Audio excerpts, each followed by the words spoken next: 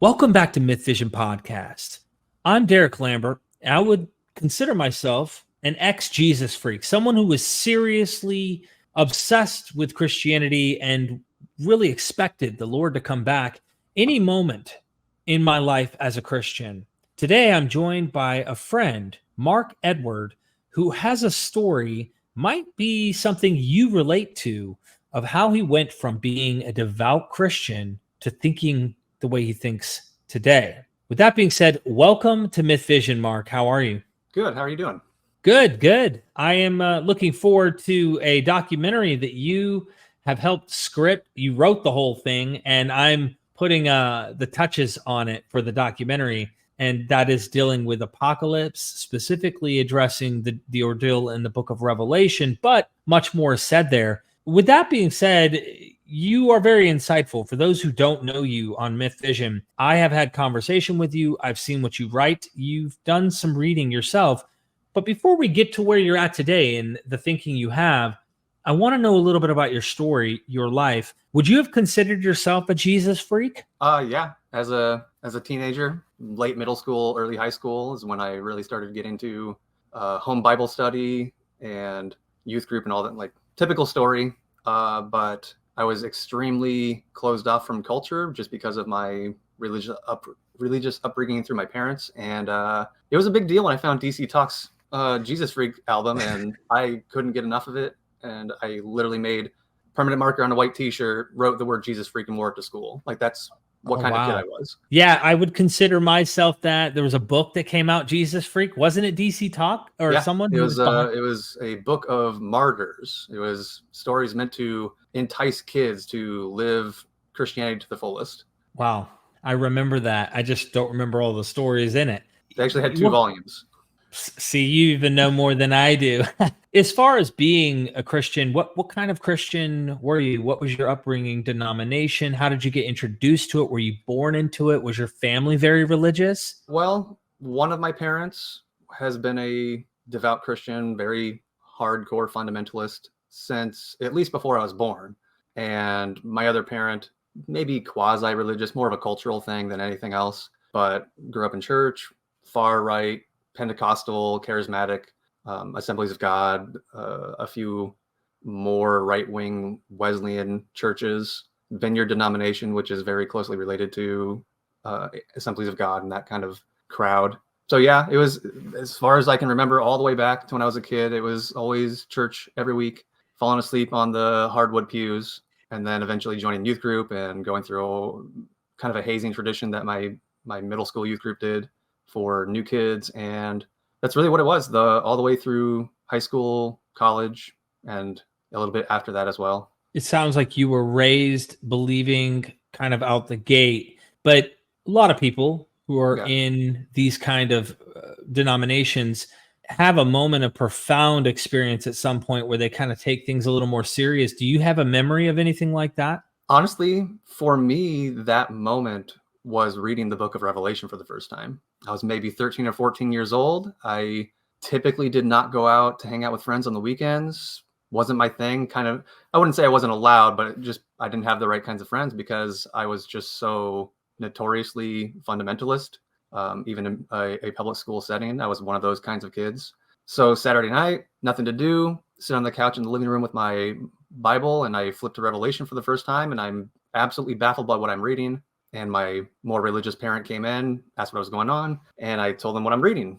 And they said, "Oh, you're never going to understand that." And it wasn't meant as an insult, but it was just, they had no idea what this book said, therefore nobody can understand it, was kind of their approach.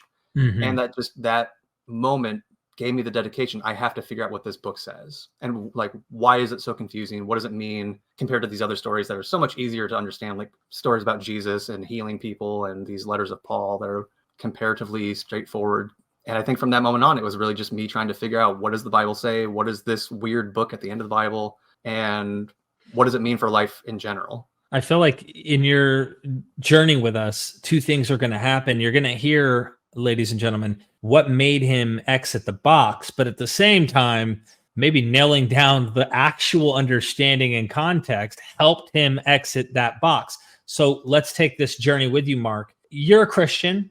You read the Apocalypse of John, your mind is blown. It's scary. It's interesting. It's all sorts of things. All the emotions are in this text. But what does it mean? What does it mean by locust? What does it mean by beast and worship and don't take the mark? I imagine as a Christian, and maybe you can correct me or tell me if this is different, there's a bit of context we go into this from hearing in church these kind of rapture type ideas, these kind of, this is talking about the future. And we already kind of have a little bit of that baggage, even if it's subconscious through the Christian culture that we're in. And we really don't have a clue what this book is really about. Do you share that? Yeah. I mean, some of the earliest sermons I can remember hearing in church on Sundays or even Wednesday nights when I joined my youth group was about the revelation and about the end times and how things are near and there's signs all around us, but pastors could never really get specific about what they were talking about.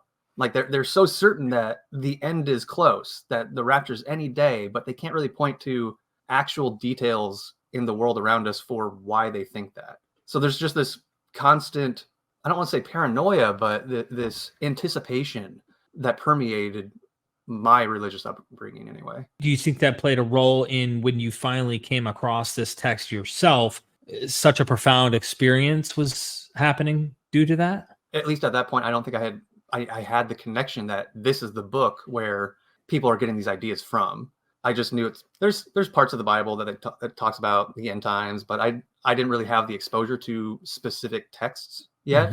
I just knew, hey, there's this part of the Bible about Jesus. There's these parts written by this guy named Paul. There's stuff about Noah and Moses, and that's really all I knew at the time. So yeah, I mean, reading the Revelation is, I want to say that's the catalyst that got me into biblical studies as a hobby. First devotionally, and then just eventually as a intellectual pursuit, academic hobby, if you want to call it that. Picking your brain a little more, what did you think of the book at that time? Do you remember what your thought process was and what you thought it meant? Or I kind of agreed with my parent that I don't know if I can understand this. Picture of a guy with a sword hanging out of his mouth. What the heck does that, like, how does that work?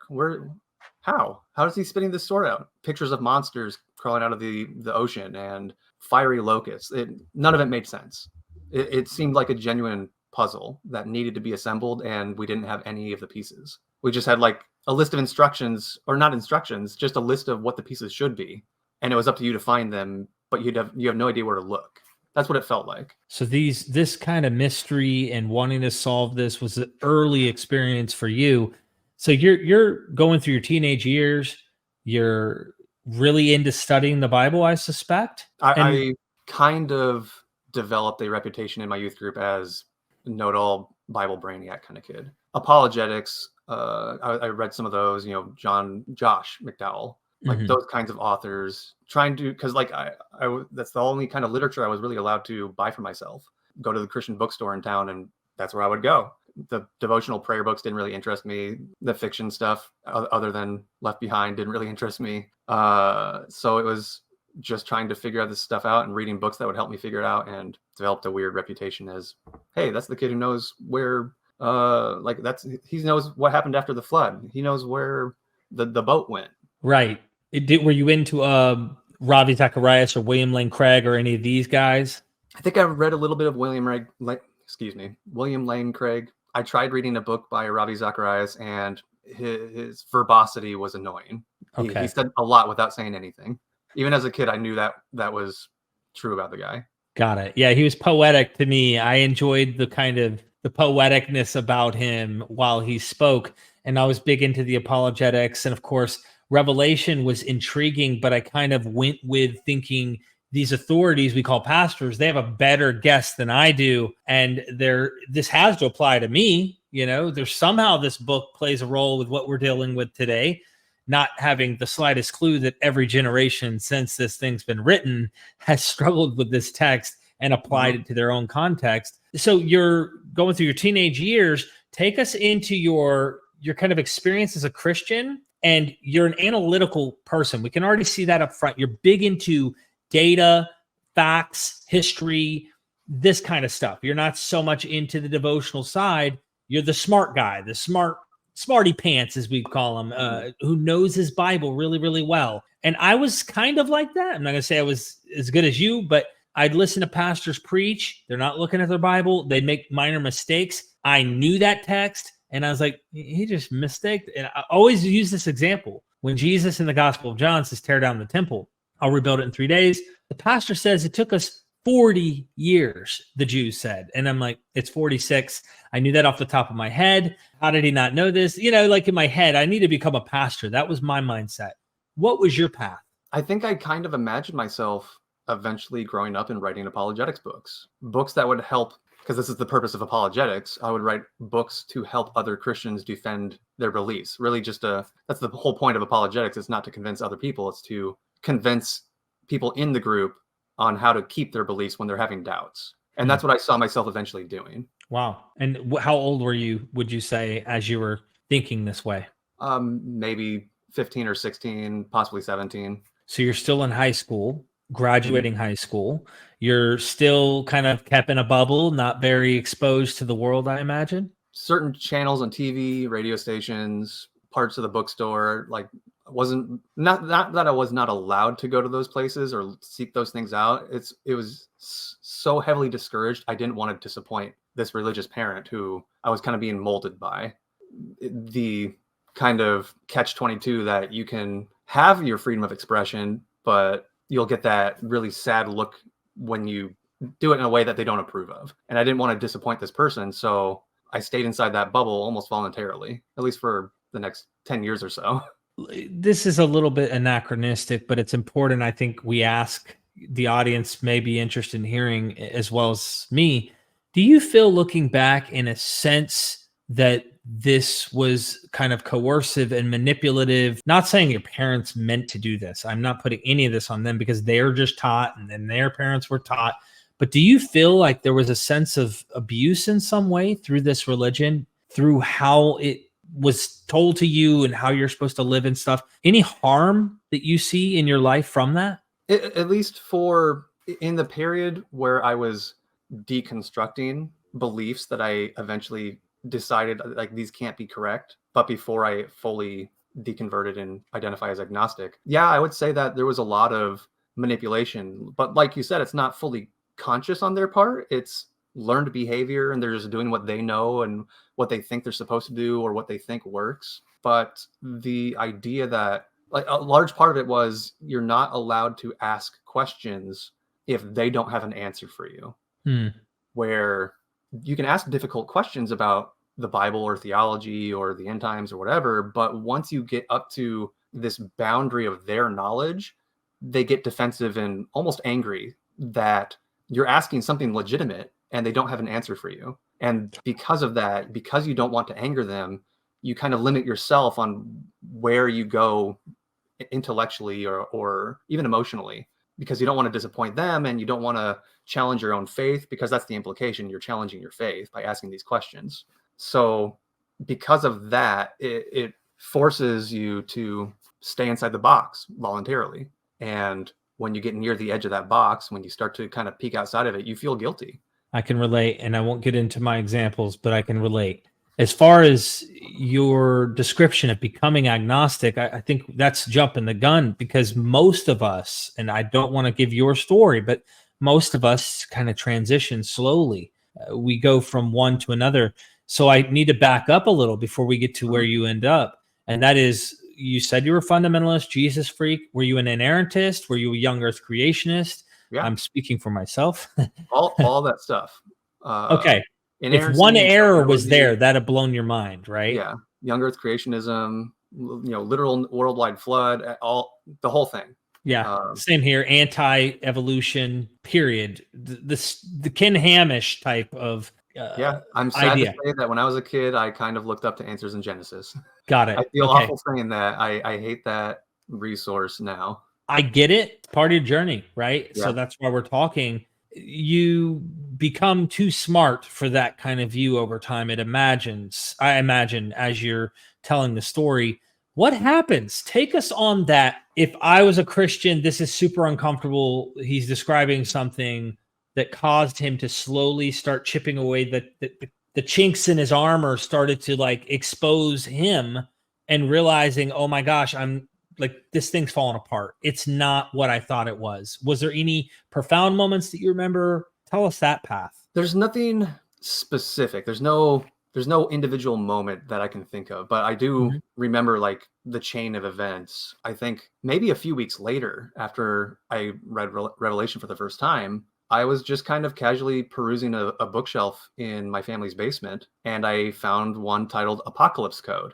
And it was in a long row of books that were like Tom Clancy type fiction. So I think I had passed by it a lot of times, not realizing this isn't the same genre as everything around it. It just kind of looks like it because of the book cover. But it's like, oh, Apocalypse, that's that book in the Bible. And so I pull it out and I read the back, and it's trying to explain, hey, this is what Revelation means. This is the end times. This is when Jesus is coming back. Like, oh, this is exactly the kind of thing I need. And so this book, Apocalypse Code by Hal Lindsey, I think it was published in 97. It goes through all the parts of Revelation, chapters 1 through 22, and it explains, here's what this thing means. This is what this thing means. And everything had an explanation. It's the exact kind of thing I was looking for, where those locusts, for example, it's a first century man trying to describe 20th century technology with his limited knowledge. What he thinks he's seeing looks like a locust, but he's really describing an attack helicopter for war. It's like, oh yeah, that makes perfect sense. It all fell into place. This is the book that had the puzzle pieces, and I can assemble them now. But then some point, maybe in the following year, I heard about this book series called Left Behind. And it's about the end times, and it's a fiction series that kind of illustrates what's going to happen based on how to read the Revelation properly. It's like, oh, okay, so I go read that. And it's heavily promoted in my church because that's the theology that everybody around me believed. And I'm reading this book series, like it's really interesting, 14-year-old, 15-year-old, but it's nothing like Apocalypse Code. It's not attack helicopters being described like locusts. It's literal demonic locust things that are sent by Satan. They're not compatible. They're different interpretations of this book. And so that exposed me to this idea that there's more than one way to read Revelation of John, even by other Christians, and they vehemently disagree with each other on how to approach this thing. So I think, as bizarre as it is to say, Left Behind put the idea in my head that not everybody agrees on how to read the Revelation. And you should start asking questions about, well, they read it this way, but is there a legitimate reason for reading it that way? Wow. And that eventually just led me to start looking for other commentaries and online articles and all kinds of websites trying to figure this thing out. And that started this really slow process of tearing apart these old things I believed and rebuilding it in a new way, and then eventually tearing that down, and this repetitive process until eventually I get to where I am now.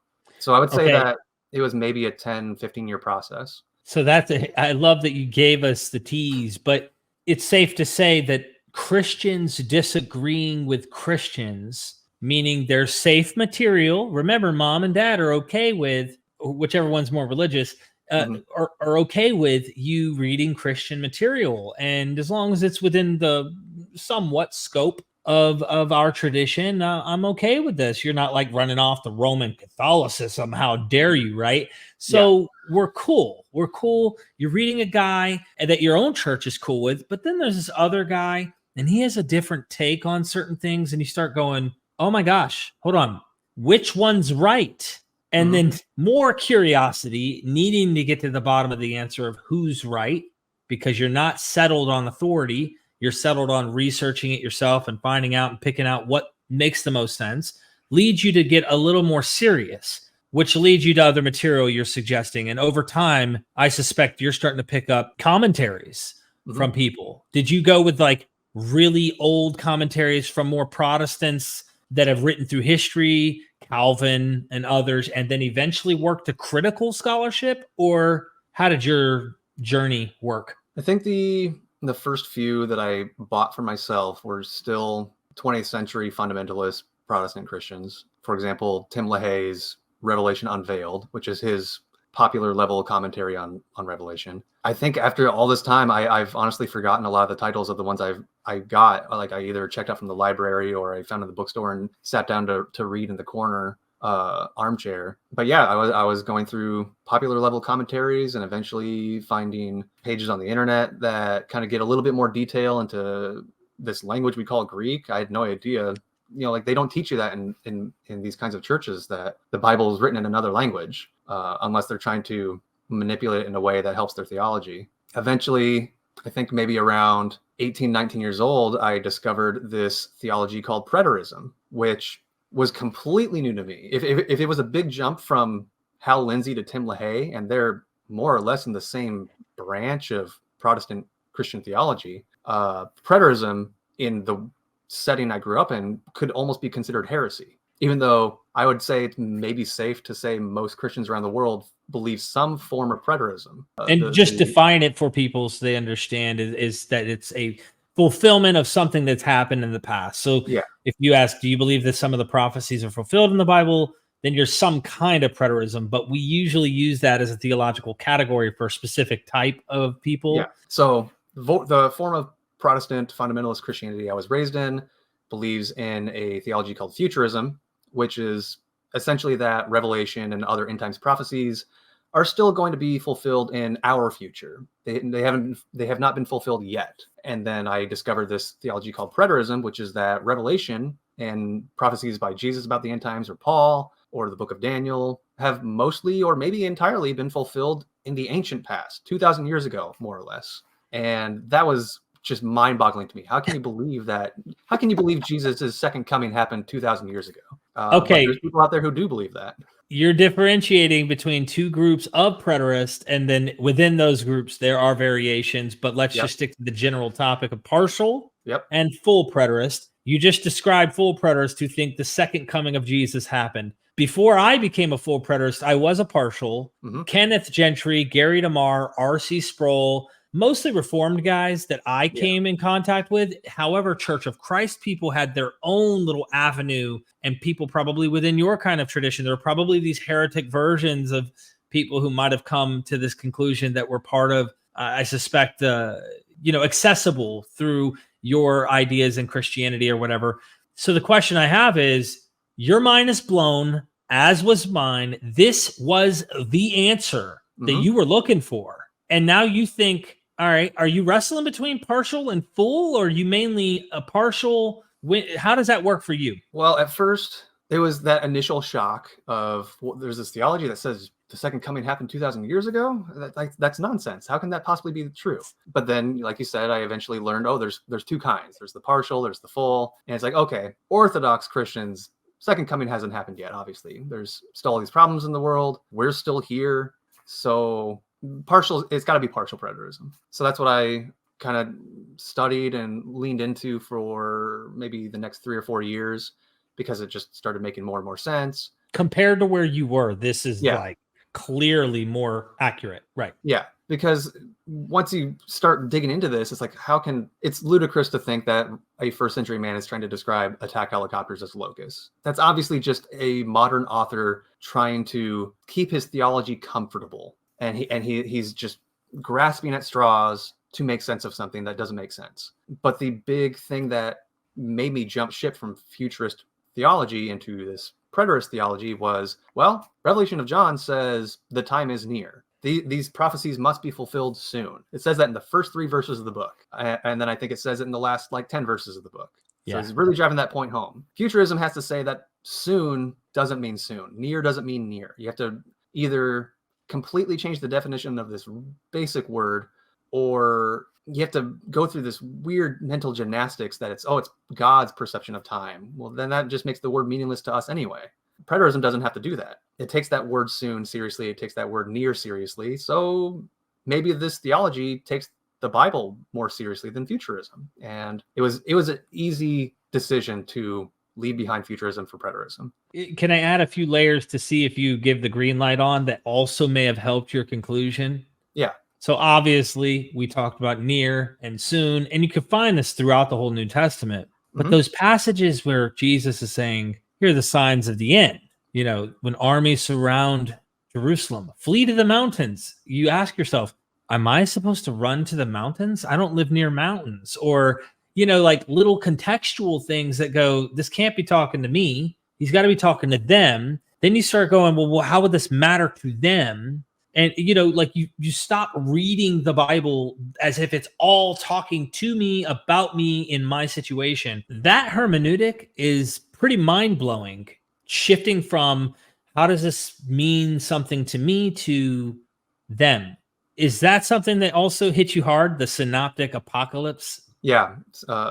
Mark 13, Matthew 24, Luke 21, other little parts just sprinkled throughout the Gospels, parts of letters of Paul. Romans 16, he says, the God of peace will soon crush Satan under your feet.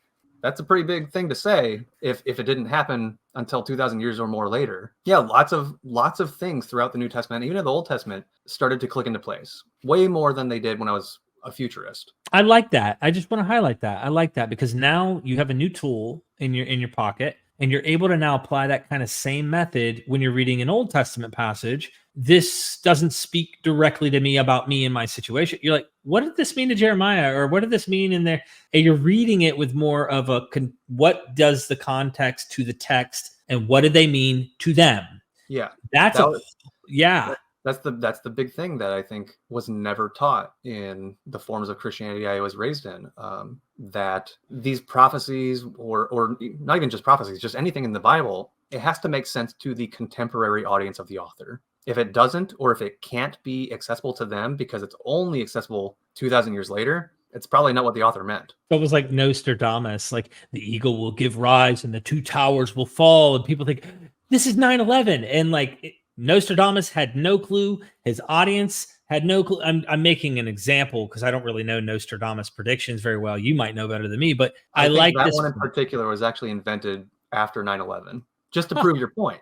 Go figure, right? So you're doing more heavy lifting now, but also being amazed at finding out stuff that you were never taught in church.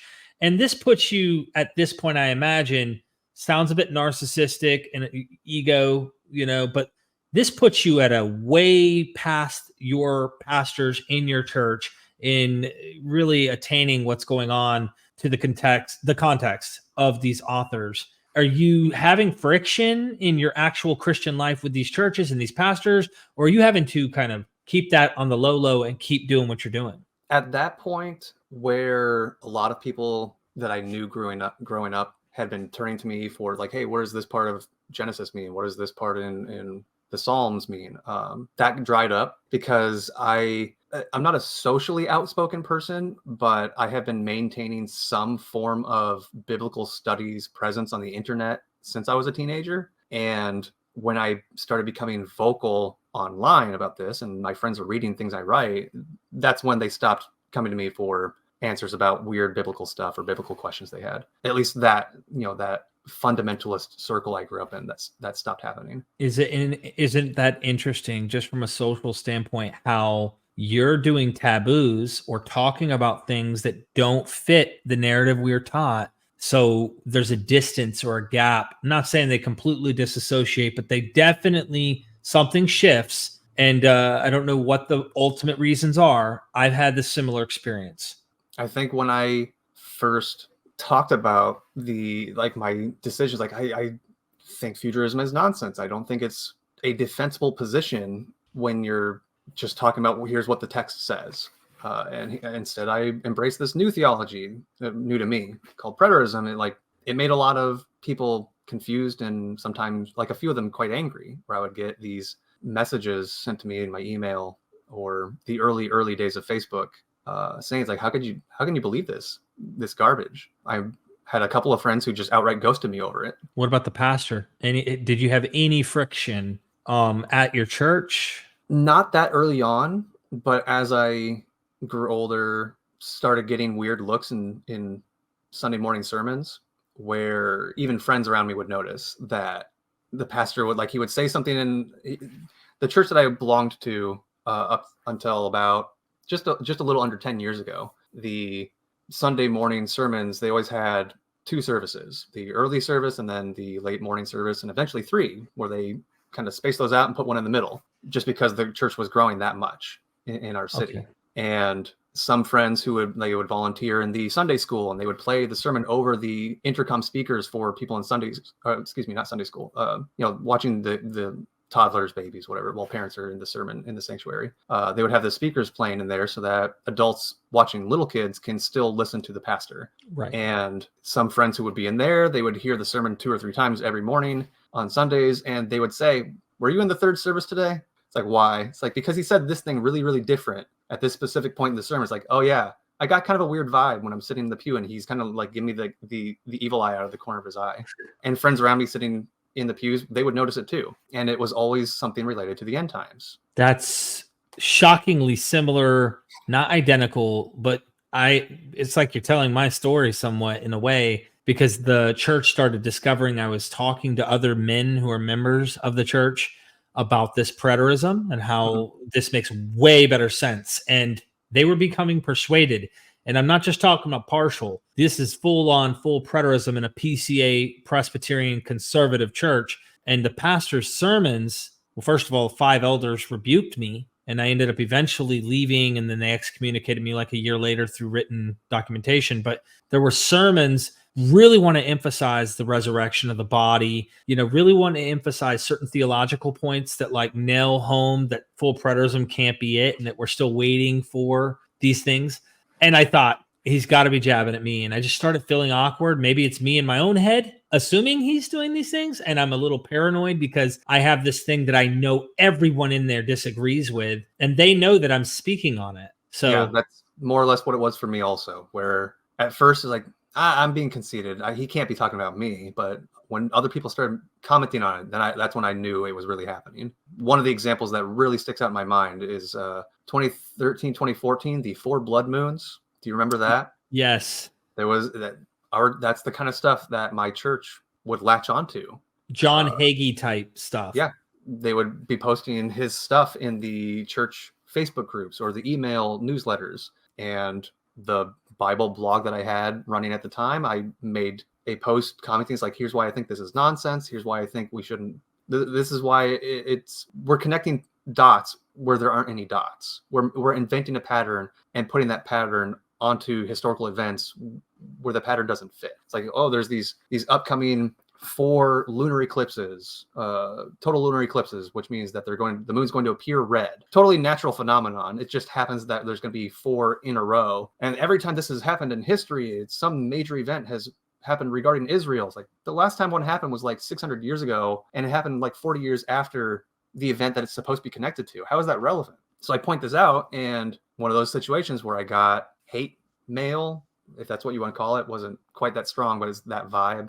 And the pastor makes a really deliberate comment in his sermon. Once he gets to he has a sermon about the 4 blood moons, essentially. And when he gets to a particular point, the way he phrased it, it's like he's really obviously quoting what I wrote on my website. I want to know what happened with you attending the church. Did you keep going? Was it your parents that still were behind you and you had to go, or like what happened? So this church, different city than the one my parents live in, but it's the one I went to during high school. They have since moved, so they weren't really involved in this church. But I had been going there for about 15 years by that point. And I think it was 2015, completely unrelated. I stuck through everything in this church all these disagreements of theology and end times and whatever. But the thing that made me end up leaving was when the pastor sent out a newsletter to the entire church saying to pray against the Supreme Court ruling in favor of LGBT marriage. Okay. When that happens, like, I can't stay in this church anymore. They're like, it's not worth the trouble. It's not worth trying to change people's minds if this is what the church culture is.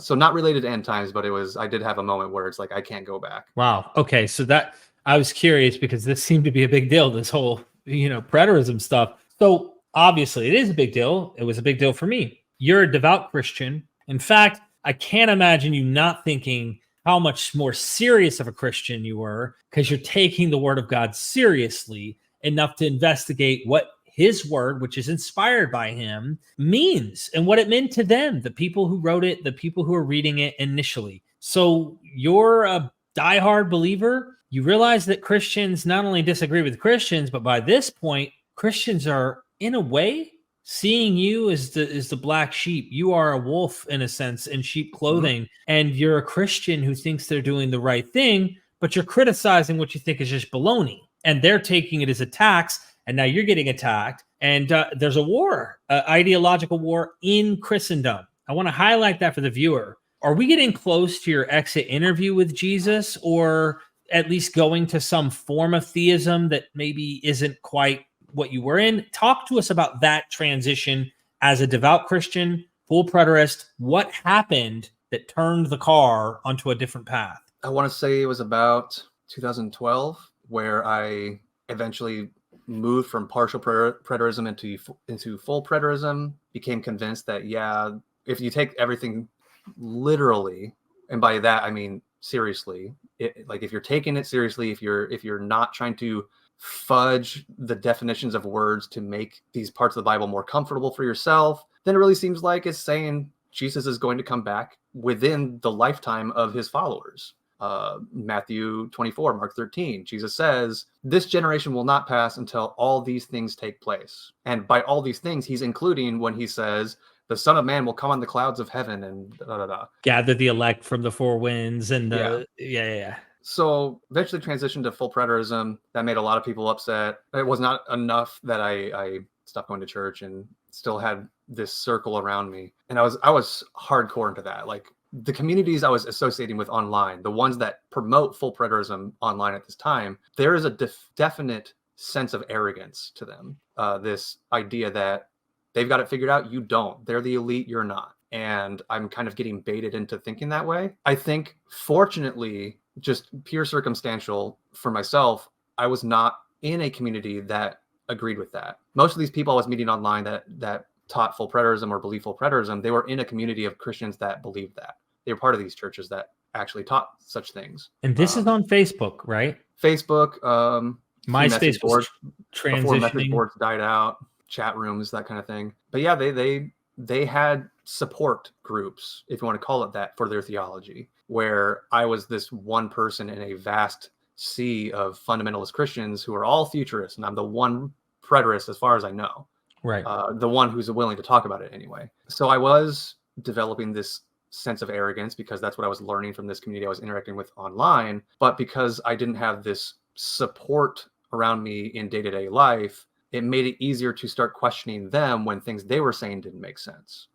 Because I started noticing that the way futurists will take parts of the Bible that they say is literal, but they're really reading it in a really weird way that's not literal at all. I noticed that preterists have to do the same thing, just kind of on the other side of the coin. Once I started noticing this, it's like, well, maybe they don't have it figured out. Maybe there is something wrong with their theology. And that how long would you say you were in that kind of, I don't know if you want to call it a middle, sitting on the fence between partial preterism and full preterism? Were you sitting on the fence, or would you call yourself a full preterist? At one point, I would say I was a full preterist, and that me being convinced of that maybe was about 2 years. I was literally reading articles written by full preterists almost daily for a year or so, just because like I have to make sense of this and I have to make sense of that, and it eventually became really exhausting because at this point, I'm desperate to understand this really weird book in the Bible and this theology of the end times. And at some point, I realized the more I'm getting answers from these people over here or these people over here, they have their systems that make sense to them. But the more that it makes sense to them, the less it's starting to make sense to me. I'm glad. This is a nugget. Pay attention if you're watching. I love this. So emphasizing a point, just to give examples for each side. You talked about soon. Futurists say soon. A day is as 1,000 years, and they have scriptural precedents that help them make their case. Death, literal for futurists. Preterism, spiritual death, and in the day that you eat, you will surely die. Did they die? That's the starting point. They start with that point and nail that down through the Bible to try and make it clear. Well, sometimes death means literal as long as it doesn't fudge with our preterism. And then they get to these passages, there will be no more death, having to interpret it through some type of interpretation that they've thought made sense of Genesis. So like you have to literalize certain things, spiritualize others, and vice versa. And both systems can find examples to back up their claim. Death is spiritual. Look, Paul says we were dead in our trespasses and sins. Like we're already dead. And, they'll find these things and then they use the Bible to interpret the Bible as a jigsaw puzzle to make it all work. Let's interpret Revelation through Matthew 24 and Mark 13. Let's interpret that through Daniel, and Daniel's got to be 490 years from the time we want it to start so that it matches 70 AD. The list goes on and on and on. But you're noticing the confidence on both ends and their arguments on both ends. Something's not computing for you? Yeah, it was just that I started noticing that for everything that preterists would criticize futurists for believing, or that futurists would criticize preterists for believing, they're doing the same thing, just with different parts of the Bible, like you said. This part over here, well, Paul uses the word sleep as a metaphor for death. That means when he's talking about these people over here being Christians who are sleeping, meaning his contemporaries who are being relaxed with their theology, he was really saying they're dead. And if they're dead, he must mean spiritually dead, and so on. Like, just jumping through hoops to make everything work together. But the end result is you have this incredibly convoluted system of interpretation where if one little thing, like you pull one little thread, it all falls apart. I don't like using the house of cards analogy most times, but in this case, it really started to feel like that you're building this really elaborate structure, and it's so easy to find one loose card at the bottom and it all falls down, no matter which theology you end up taking. Can't emphasize how powerful what you're saying is and what this means to me hearing you say it, because I say it and it may go over most people's heads. I'm sure some get it, but you're so serious and so obsessed in figuring this out and noticing the details and wanting to be right with God's word that all of your criticisms have not been internally to God's word. It's always been about systems of interpretation about it. We haven't even gotten to the point where something, I imagine, in your psyche, in your journey, where you look to the Bible itself and evaluate it and realizing, oh, that's got to happen at some point in your journey. So I imagine we're getting there. Yeah. So I want to say 2014 or so, maybe 2015 is about when I decided to kind of step back from, I don't want to say the obsession, because I will admit it's kind of an obsession for me, but kind of an attempt to be deliberately humble about the fact that I don't have these answers. That there's so much information that I obviously don't know.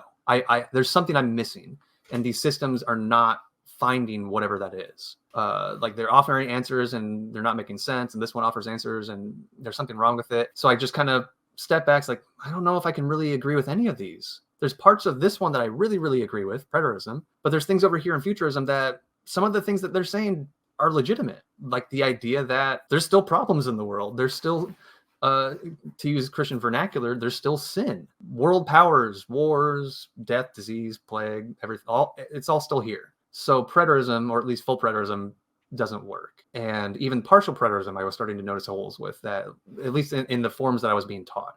So I tried to make this conscious attempt to step back and try to distance myself from any of these systems and just kind of relax about trying to find super detailed, clear-cut answers about every little detail in Revelation or Daniel or Mark 13 or whatever it was.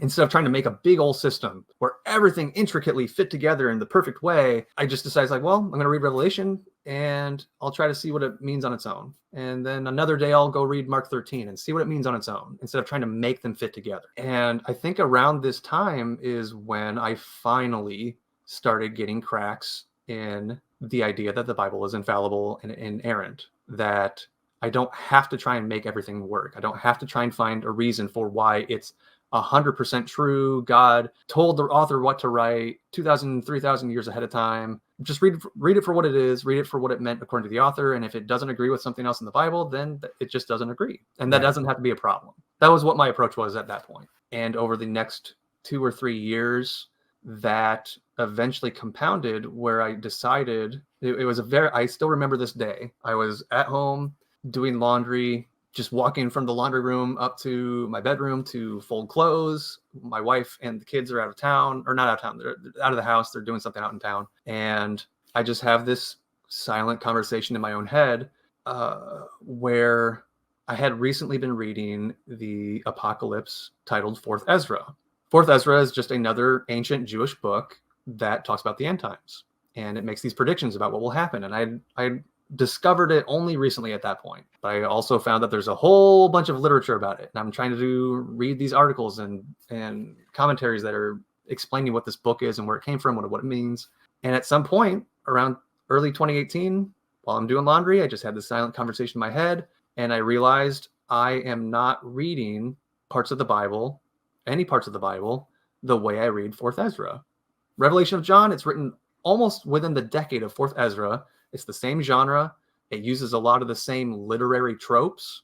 And despite all of this, I am still holding on to this idea that Revelation is somehow exceptional, that it's special and unique, that it tells us divinely inspired truth about the end times, and 4th Ezra doesn't. Even though by any outside observation, these books are the same kind of thing. Wow. And in that moment, I realized I can't trust the Bible anymore. Like, as a theological position, I do not see it as containing divinely inspired truth. I see it as a collection of documents written by people over 2,000-3,000 years, and it just reflects their own beliefs in their own time periods, and there's no grand elaborate system of theology that can make any of it make sense. And at that moment I realized I'm agnostic. I can't trust any of it. I don't know if any of it's true. I don't believe most of it's true, and beyond that, I don't know what else is out there. I don't know why in my head, while you said this, a sweater with a thread, like a loose string, and you just started pulling, and the whole sweater just started to fall apart as it unraveled from that one string, because that was fascinating, the way you painted the picture and how you treated subconsciously, just habit-wise. This is in my canon that I was raised and taught was scripture and believed was sacred and trained myself to think was sacred. I open up a book that's not in my canon. It walks and talks and looks and acts just like this other book that is. This one's not divine, but this one is. And you caught yourself doing really special pleading in your own mind and saying, no, I'm done lying. I'm done pretending. I'm not going to do that. I'm going to approach this like I would any other literature. And almost every book in the Bible, you could find some type of precedent in other literature, in the ancient Near East, for example, or even non-canonical materials that are similar in nature to a lot of what's being written there. Jubilees, we're dealing with another Genesis. There's so many, different kinds of books that you go, what? So I love that you did that, and you're now agnostic.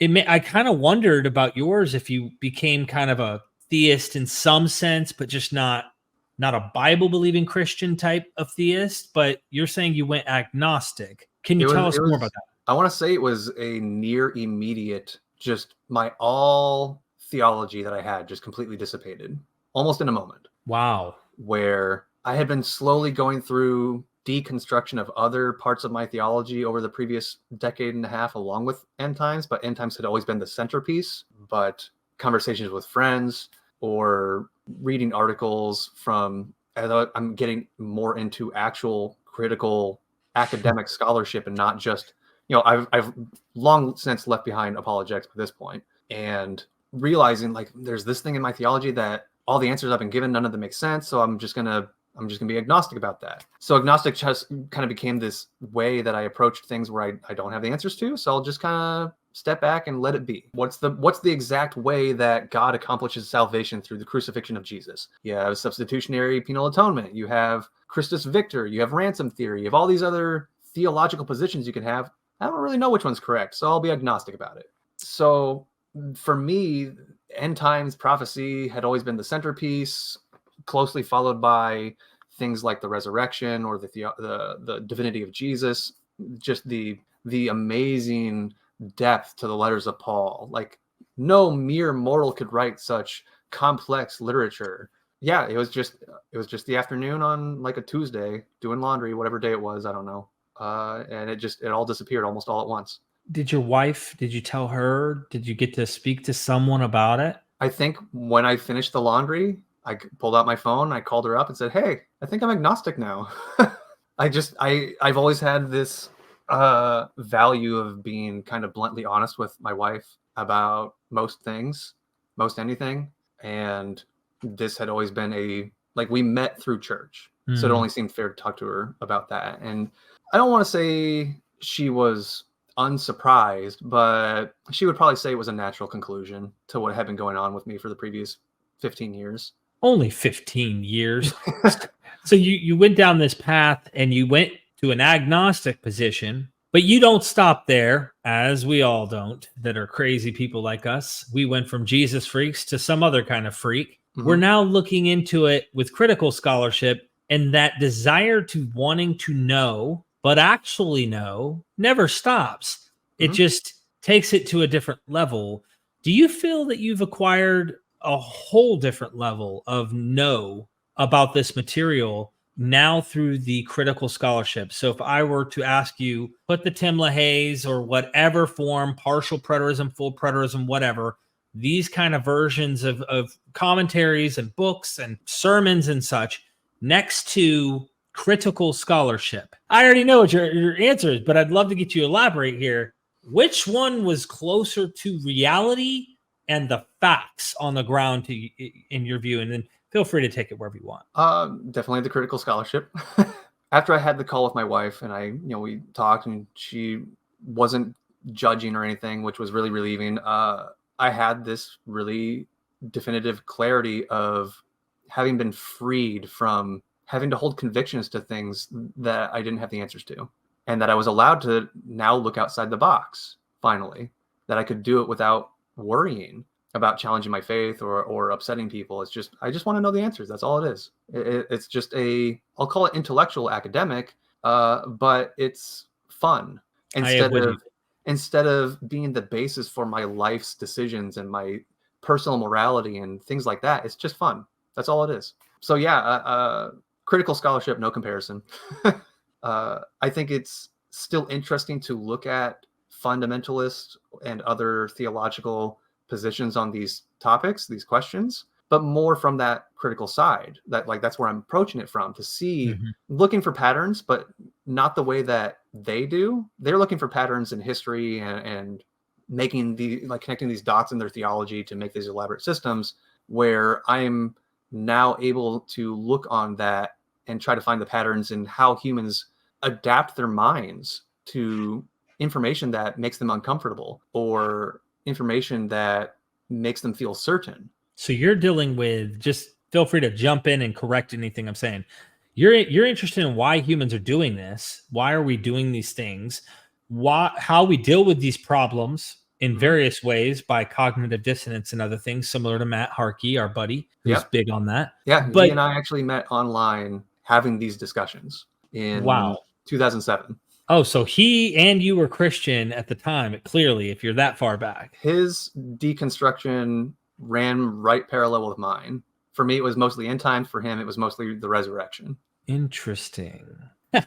So you're into that. You know what's weird? And I want to throw it out there. I don't know if you have the same kind of piqued interest. For me, it was also looking at a pattern of trying to situate.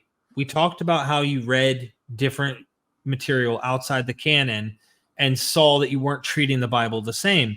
Well, I was trying to treat these texts the same if they had a similar genre or even themes, tropes, elements that may be overlapping. And initially it was more fringe stuff that I was completely sucked into, that was just zeitgeisty D.M. Murdoch type material, to getting a much more critical approach, still on the fringe in many ways, but then becoming more central and not so, I guess you say, better educated on it. And now I'm realizing, oh my gosh, there's so much correlation with other mythology, because mythology means, in my mind, right, that this is not what happened historically. This is not what literally happened. And that literalness, that was shocking to realize that these things didn't happen. So you go to the full side that none of them happened. They're all secret stories about the sun, moon, and stars, or some other extreme, to actually, I don't buy that either anymore. I'm actually in this position where I'm trying to understand this from a scholarly point of view. And you also seem to have some overlap with that as well. Mythology has always been an interest of mine. I remember one of the rare non-Christian type of academic type things I was allowed to buy as a kid was a book on constellations, which included a lot of information about Greek mythology. And, as a kid, Star Wars mythology, before the Disney buyout and they erased it all.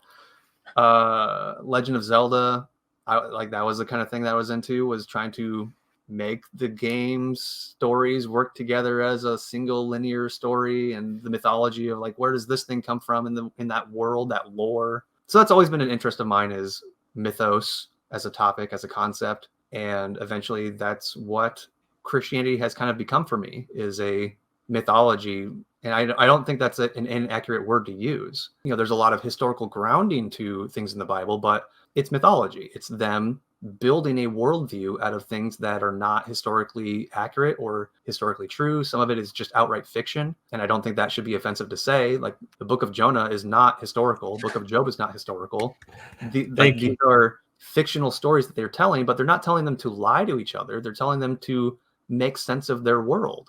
And I think that is a large part of what drove early apocalyptic theology, books like Revelation or Fourth Ezra or the Book of Enoch. Even John Collins today. I interviewed John Collins earlier today on Daniel, and I just had to nail him down on how do we know Daniel was wrong? Like, what did he get wrong? And of course, Antiochus Fourth Epiphanes, didn't die between the holy mountain and the sea. He died in the east, and it wasn't during a war or anything like that. Like, he gets things wrong. But what he said about earlier stories in Daniel, which we would say are fanciful and whatnot, and getting some of this material wrong, he even goes out of his way. And, I tend to take his word when it comes to Daniel, at least mostly, saying this guy's probably right on the money, and even leaves open room for things we aren't sure about. And he says this in the interview after 40-something years, and he wrote the amazing commentary on this. And he says, I don't even think Daniel was trying to write something in the sense of actual history. He even thinks in some of these cases, Daniel knows what he's doing purposefully, pulling. It's like today, people write about George Washington. He uses this analogy. George Washington did this and this and this. Really, some obscure, not popular figure actually did those things. You just apply it and have him become the black hole that sucks in that attribute. Like David and Goliath. Elhanan. Obscure dude in the Bible, but it says he killed Goliath. But nobody knows Elhanan, so his story is transferred to David because David's the hero. He's the king. Right. So you give him the grandiose adventure killing the giant. That's one point that actually became kind of interesting to me reading Revelation as part of this larger genre, Daniel as well, that one of the tropes that this genre uses is the literary character as a stand-in for the author. And Revelation of John might be an example of this. It's one of those things that there's not really a lot of agreement with in scholarship.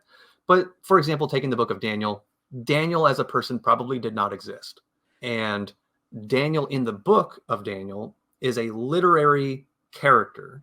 He is more or less an invention of one or more authors, but he's kind of a stand-in for the author so that the author can speak to his readers by telling these relatable stories and giving them this mythos, this divine information that is being revealed in secret. And when you talk about apocalypses being written by people who are using pseudonyms, like Daniel was not written by Daniel. Daniel was written by some other guy pretending to be Daniel. Enoch. You're accused of saying that these authors are liars.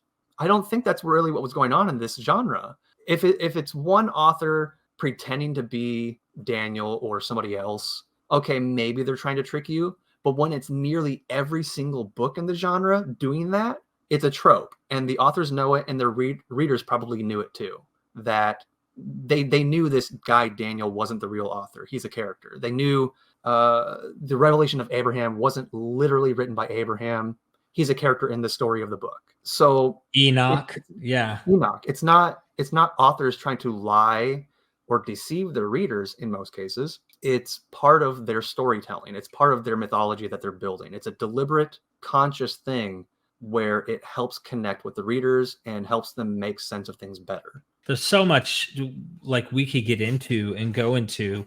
You said you were agnostic. Have you changed your view since now having the liberty, the freedom for those who are tracking what you're putting down? You're able to explore and go in an area you just were never allowed to go. Have you come to a different conclusion now, or do you still remain there, but you have more stronger opinions about certain things? What were you at? I would still consider myself agnostic. I was very hesitant at first to use this word, but I would say I'm atheistic. I would not call myself outright an atheist because I don't think that is, in my opinion, I don't think that is intellectually honest to say I know there's no God. There could be one. I don't know if there is one, which is why I prefer the term agnostic. But I call myself atheistic in regards to religions that exist. In regards to Christianity, I am atheistic, or Judaism, or Islam, or Zoroastrianism, or whatever. I do not believe that those religions are true, Right. in the sense that they tell us literal, actual historical facts about the creator of the universe and ancient events and where it all goes and what it all means. I think that they can have social value. I think that they can have a purpose in helping people reflect on themselves and their morals, but I would not say that I believe any of them. I would say that I know they're not correct. Right. Because using Christianity as the example, because that's what I'm most familiar with, too much of the New Testament can be argued against, or parts of the Gospels are historically inaccurate. They don't work in the time and place that they're supposed to take place in. Revelation of John, I think, is easy to demonstrate is not, like, it can't be fulfilled. As much as the author expects it to be a prophecy about the end times, it can't be. There's things in it that are not factual. And if they're not factual in my 21st analytical mindset, then it's not true. Right. I see what you mean. So in that way, I would call myself atheistic. But in regards to the grand scheme of the whole universe and where all things came from and whether there might be invisible supreme beings out there, agnostic. Yeah. Obviously I'm atheistic. I call myself an atheist. I don't mean in the philosophical sense. I know there are no deities in a universal way. That the definition can be flexible and people can use it in different colloquial ways and more generic ways. I do have this kind of weight inside my mind, like an intuition, which the world can be very counterintuitive. But when you realize how man-made all of these systems are and all of the gods based upon them are, and they're reflections of the human imagination and the human cognition and the human perception and stuff, I can't help but think that the God itself is the illusion of man, and that is what it is. So it's hard for me to even categorize anything. It's like I almost want to go with the philosophical definition of atheism in my mind, because I don't think there is that, what we call a God there. As far as a universal nature or some universal principle or something of that sort, is there a being outside? It's hard for me to even conceive. I don't know that there's not, as you just point out, but I go that route pretty hard right now. I'm thinking, like, humans are great at creating these things, but sometimes you pinch yourself and go, wow, this experience is crazy. And what if I'm missing something? I'm a primate that evolved to survive on this planet. You know what I'm saying? So it's like it's even as an agnostic who has where religion as a concept is more of just an intellectual curiosity than something I identify with. It's still sometimes tempting to appeal to the God of the gaps. Right. That for anything where we don't have an answer to, you can just say, well, God. You just fill in the blank. It's because of God. One of the weirdest things to me is, like you just said, anything exists. Why does anything exist? Either things exist or they don't. And whatever the reason for that is, whether it's God or anything else, it's just kind of crazy that it does. So in a question like that, it's kind of tempting to just say, maybe there is some kind of supreme thing out there that is the cause for all of this to exist. But at the same time, it's like, well, we don't know. Yeah. And if we don't know, why speculate that answer? I was going to bed one night thinking about that. Why is there something rather than nothing?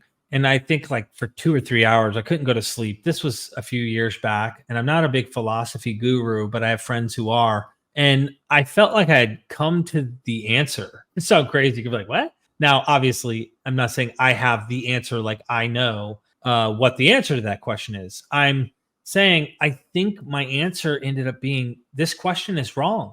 The question is wrong in what I come to a conclusion in my head that night. I'll probably revisit it, and who knows where I'll be at for the rest of my life, right, with this question. But the question has to be wrong in my mind because something does exist. And to assume that we need that why, how, or if there ever even was a beginning for existence. The shocking fact is it exists. And I think that it just made me realize, like, why is there something rather than nothing assumes there could have been nothing, but there's something. And I thought by the end of that night, I said, actually, in my mind, I don't think that there could have been nothing. So why are we saying, why is there something rather than nothing, when nothing is not an option? All we have is that it exists.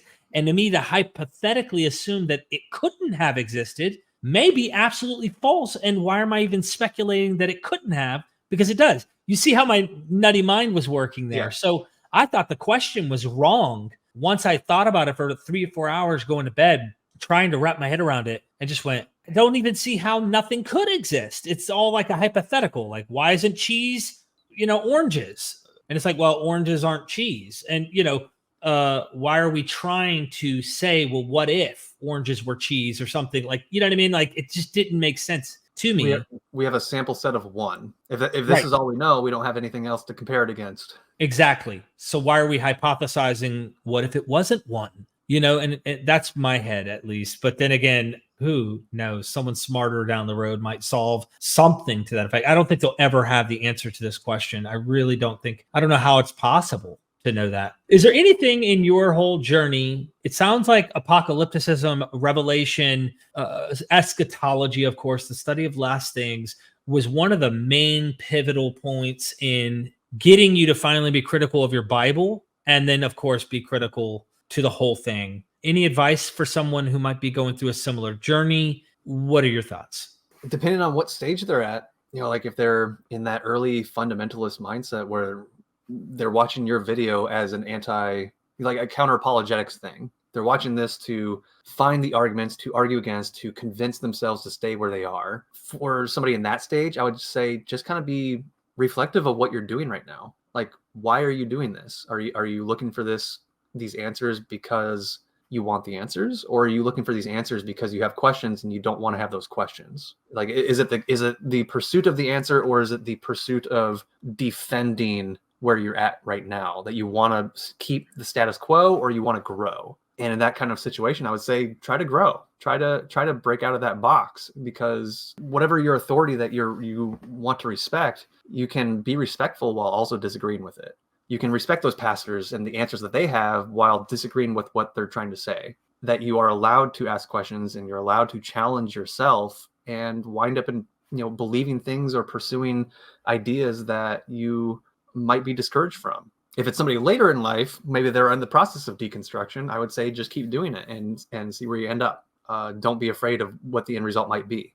At a certain point, I was desperate to keep the status quo for myself, for my theology, that I was feeling threatened by changes in my ideas and my thoughts, and praying desperately for God to solve these things. But that didn't stop me from asking the questions that I felt were necessary to ask. Just keep going that way.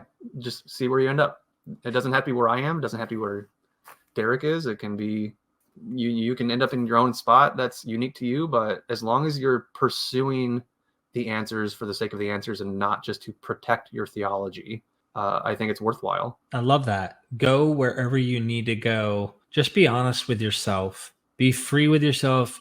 I've heard one of these wise things. Some of the older people in life who've gone through it, it's almost like we learn too late. We learn once it's getting to the end of our life, we now know the answer, and now we got to go. We got to say bye. And it's like they always usually say something really deep, like, be easy on yourself. Don't take yourself too serious. Don't burden yourself too much. Take it easy. Enjoy it. And I feel like I know a little bit of that, like I'm trying to do that now.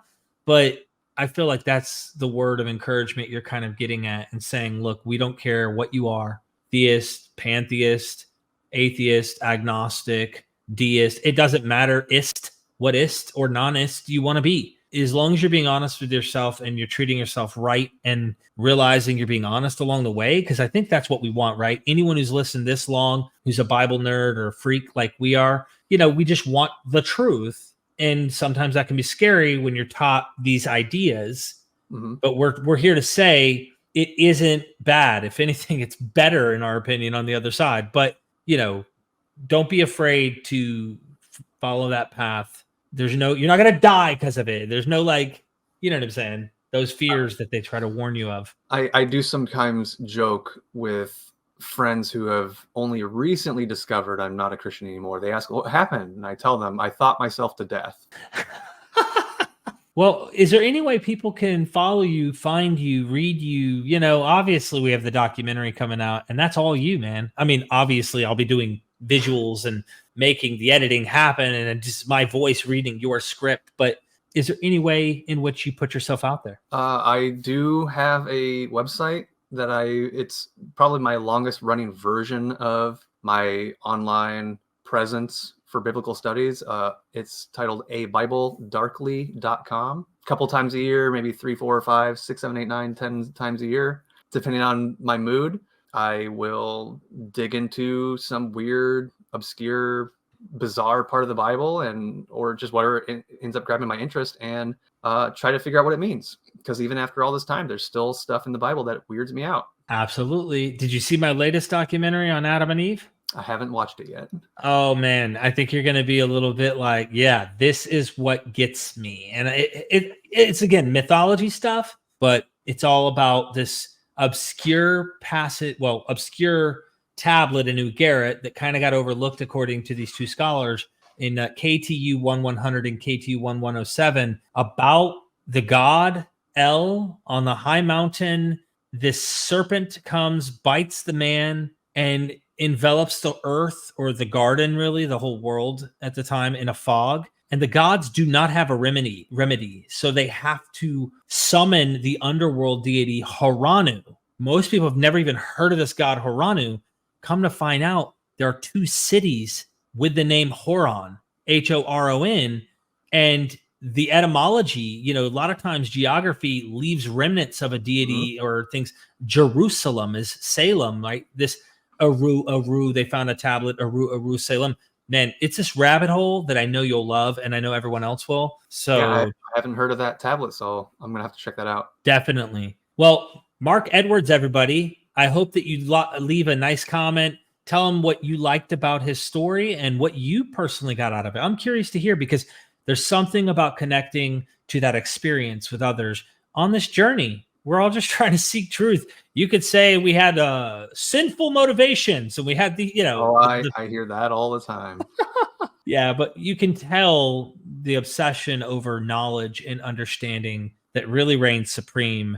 And they'll find any excuse to pigeonhole you or poison the well to make it about something other than that. And it's really not. It's about this deep, deep love for truth. And when we say truth, of what the reality is. And yet, once you discover that, you'll find there's so much more to be discovered that you just weren't granting yourself permission to check out. So thank you. Thanks for having me. This was great. Have a good one, everybody.